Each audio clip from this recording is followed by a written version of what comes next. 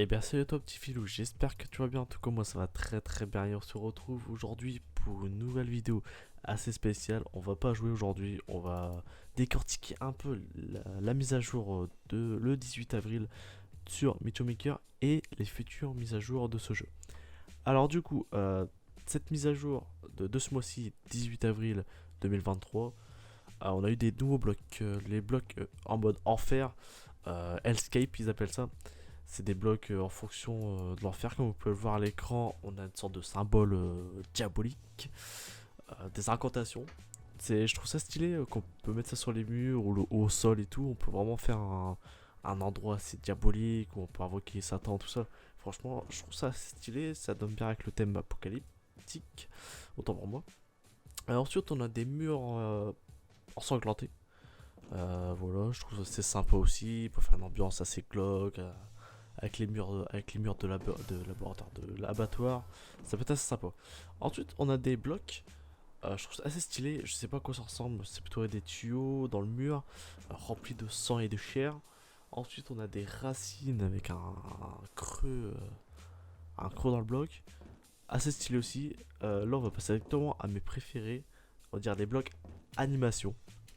Du coup, voilà, on a une serrure. Ensuite, on a quoi? On a sorte de fenêtre ou de serrure. Et pour finir, ce que je préfère, c'est les cœurs. En fait, c'est stylé. Je vais vous montrer après ce que ça donne.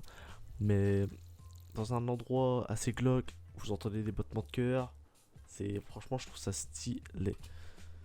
Du coup, on va passer directement à la suite de la mise à jour. Il reste un seul truc qu'ils ont rajouté, c'est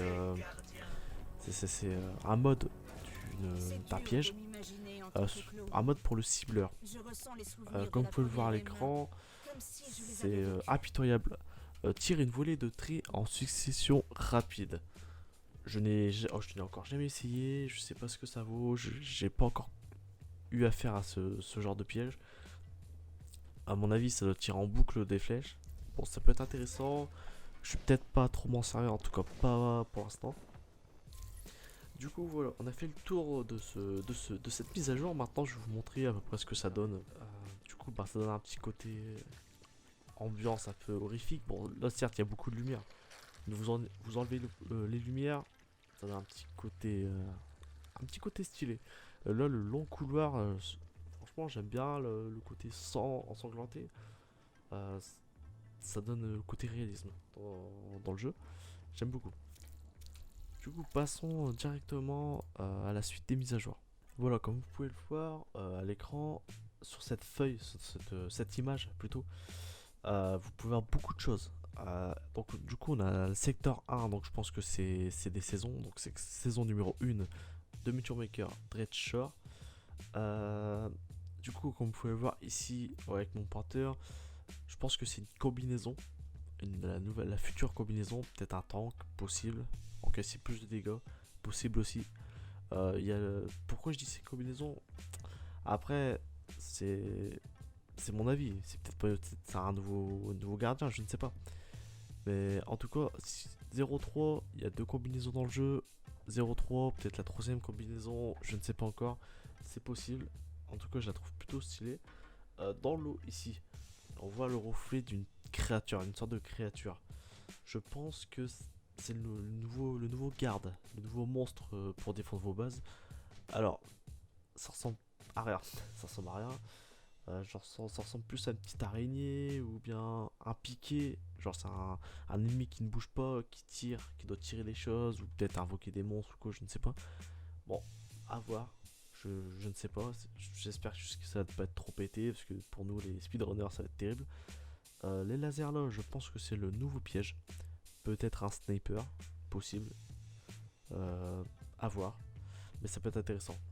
Du coup, dévoilement de la feuille de route anticipée de post-lancement. Du coup, comme vous pouvez le voir ici, avril, mai, juin, c'est les mises à jour. Au mois d'avril, il y a eu cette mise à jour que je vous ai présenté les blocs. C'était une petite mise à jour. Au mois de mai, il y a une mise à jour assez moyen, des nouveaux modes et des nouvelles augmentations pour les gardes.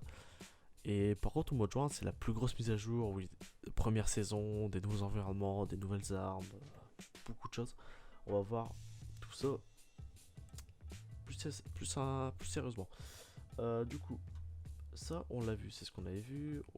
Aussi on a débloqué 2 blocs, 2 accessoires, un accessoire animé, 8 autocollants. Bien sûr tout ça est gratuit et accès instantané. Donc c'est gratuit et en plus vous pouvez s'en servir maintenant, pas besoin de farmer de l'argent ou quoi.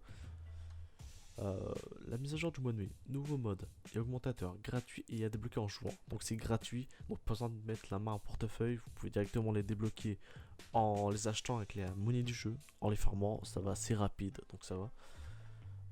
Voilà. Passons directement à la plus grosse mise à jour, parce que à vrai dire celle-là c'est juste des nouveaux modes, augmentateurs, on n'en sait pas plus. Mise à jour majeure du contenu. Saison 1, Rivage de terreur. Du coup voilà, on a quoi de beau?